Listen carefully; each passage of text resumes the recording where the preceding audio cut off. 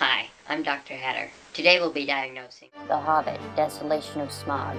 When we last left our heroes, they had narrowly escaped white orcs, scrotum chin, a midget McJagger, werewolves that have been bitten by werewolves, only to have been carried away by Eagle to the top of Mount Knoll. When they somehow inexplicably climbed down 60 feet without dying, the Desolation of Smaug opens on our band of dwarves, hobbit, and wizard to continue their quest to reclaim a homeland and slay a dragon. Bilbo has come a long way from being the little hobbit who lived in a hole in the ground, the son of no-nonsense Bungo Baggins who only cared for mummy's dishes and laced doilies. Now he's a hardcore adventurer back with the vengeance. Still determined to aid the dwarves, he now has the courage to storm the Lonely Mountain, alone, with the dragon in sight, for no particular reason. But hey, it's Benedict Cumberbatch. Maybe he'll remember Martin Freeman from Sherlock and cut him a break. The film reprises the roles of Ian McKellen as Gandalf, Martin Freeman as Bilbo, Richard Armitage as Thorin Oakenshield, and the same bunch of guys you've probably never heard of as the rest of the band of dwarves. Joining the cast is a guy you all remember from The Lord of the Rings, but has absolutely no place in The Hobbit whatsoever. Lost's Evangeline Lilly as a completely new character who, like Kate, is only useful for creating weird love triangles, so, again, ultimately useless. Benedict Cumberbatch as the absolutely terrifying Smaug and the Ghost of Sauron. The film is directed by Peter Jackson and is the property of Warner Brothers Studio and New Line Cinema. And now we come to the point of the video where I discuss the artistic qualities of the Desolation of Smaug. Get ready, this is going to be rather long. I was under the impression that we were going to see a movie about the negative effects of air pollution, but that's another story. Personally, I enjoyed the Desolation of Smaug. It sparked my imagination to see J.R.R. Tolkien's world in a visual sense. You want to know what I like better than the Desolation of Smaug? I'd like to share a list I've made. It's called Peter Jackson and His Amazing Crew of Screenwriters Mess-Ups, Volume 1. Item 1. Beorn. I mean, it's sure sweet that he's like this sad papa bear whose family was killed by Goldilocks the Defiler and all, but I think it takes away from the silent dignity that Tolkien was trying to express. Item 2. Legolas. Awesome in Lord of the Rings. That's where it should have ended. Now, apparently the writers don't think so. He needs drama of an overbearing father and a forbidden love. Which brings me to item 3. Toriel. This amazing new she-elf isn't in any of Tolkien's books, but now she suddenly steps in to come between Legolas and Killy. What in the name of what? Item 4. Bard. Although this character is in Tolkien's Hobbit, in the film he seems to be this disgraced freedom fighter in Lake Town. Item 5. Lake Town. The movie has to add spice to a scene that was really just fine.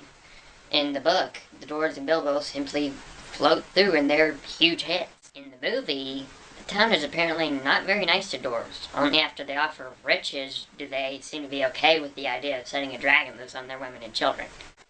Oh, and Killy has an injured leg, so apparently that means he can't go into Erebor.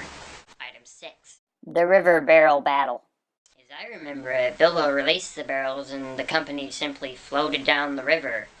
Again, that's not good enough for a screenplay. Instead, we have to have this huge battle between orcs and dwarves and elves and unicorns.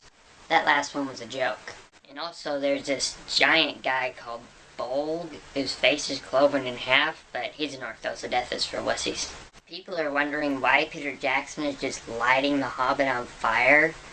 Well, apparently he won this film contest at age 8, so that makes him the greatest director since sliced bread. As we've seen from An Unexpected Journey's 48 frame per second flashy effects, overshot action, and lesser degree of poetic license, it would simply be better if they just put up inspired by The Hobbit, because this is not based on the book. It's an entirely different story with some of the same events. I mean, at least the first one was understandable. The second one just takes an axe and chops up the book.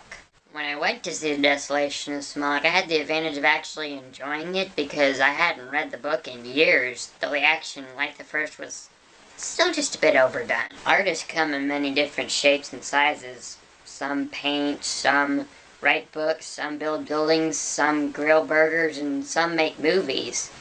That's what Hollywood is. It's just another embodiment of the American dream. Hollywood began as a way to simply entertain people and make great art, but not anymore. Now we want to package movies and sell it and sell it and sell it. But that's not what Hollywood was about. Don't get me wrong, I have no idea what's in Peter Jackson's heart, or even if it's really his fault. It's just that I still cannot ignore this trampling of a timeless work. As Bilbo aptly puts it at the very end of the movie, he says, "What have we done?" Still, for all this doom preaching, I'm still beating around the bush. The problem at the whole of this donut is, this is one book. If Peter Jackson had decided to make it in one movie, it would have been just fine. So I'll sum this up in one message for Peter Jackson. The Frighteners, magnificent. The Adventures of Tintin, magnifique. As for The Hobbit, if something's not broke, don't fix it. Wow, that was a long one. Let's give Peter Jackson some credit now. Now we come to the part of the video where I discuss the spiritual and positive implications of the movie. Gandalf says in the first Lord of the Rings, you can know all you can about hobbits and study them for 100 years, and yet they'll still surprise you. Bilbo does just that. When faced with the choice to back out, he says, I promise to do it, and I will. Likewise, he valiantly runs into danger when his friends are threatened, and still supplies them with great hope when they've given up. Thorin says, if we die together. The dwarves are a team, and they'll stick together no matter what, as the last dwarves of the Stolen Homeland, and Bilbo is going to help them. Then, of course, there's the ring. The underlying message of The Hobbit and The Lord of the Rings is, keeping something that evil so close to your chest, it'll turn you into a different person. Also, I'm not sure if anybody noticed this, but on the Elf King of Mirkwood's finger, there's a ring. Did nobody else notice that? We see Bilbo lie to Gandalf about the ring and kill the defenseless creature because it touched it.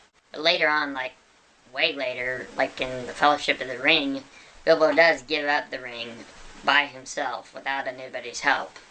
Tolkien, who was, by the way, a Christian, was trying to say, however deep we are, we still can be pulled out. Though I still say she has no place in The Hobbit, Tauriel does refuse to stay in the shadows while the world crumbles around her. When Legolas says that it isn't their fight, she says, yes it is. We can't just leave the world to ruin while we just stay inside because it's our world too. Legolas agrees and they go to aid the dwarves in Lake Town, even though this part of the story is nowhere in the book. Bard, who is randomly just this, revolution guy in Lake Town, does show genuine concern for his people and his children. And now we get to the part of the video where we go back to discuss the negative implications in The Hobbit. When Killy is thrown into the Mirkwood prison, he turns to Tauriel and asks, aren't you going to search me? Could I have anything down with trousers? To which Tauriel replies, or nothing. Yeah, I'm pretty sure a Catholic wouldn't write that down on paper. Close to 100 orcs get shot clear through the head by arrows, one gets pinned to a log by a spear, and Bomber the Dwarf barrels, pun intended, through several. I'm not really a guy who's opposed to violence. I mean, it happens in the world and it's real, so sometimes it's necessary in movies, but the violence in the Desolation of Smaug was still just a little bit overdone. How many orcs does it take to screw in a light bulb? I can't tell. The elves and dwarves keep killing all of them. Too soon for me to ask. And now to wrap it up, we're going to diagnose it for parents, teens, and children. For the parents, sure, go ahead, but Tolkien fans, prepare to be disappointed. I'll let your parents decide, but Tolkien fans won't be looking forward to There and Back again. Parents should probably see it first, but for optimum enjoyment, it's probably better if you just read the book. Hey, this is the end of the video when I tell you guys what I'm going to do next, and we just wrap things up. To begin, thank you for watching. Share, like, comment, subscribe, do whatever you do on YouTube. Don't dislike me. I hope I can continue this. For now, I'm going to have to stop this video because it's getting too long, so I'm going to give more of an orientation in my next video.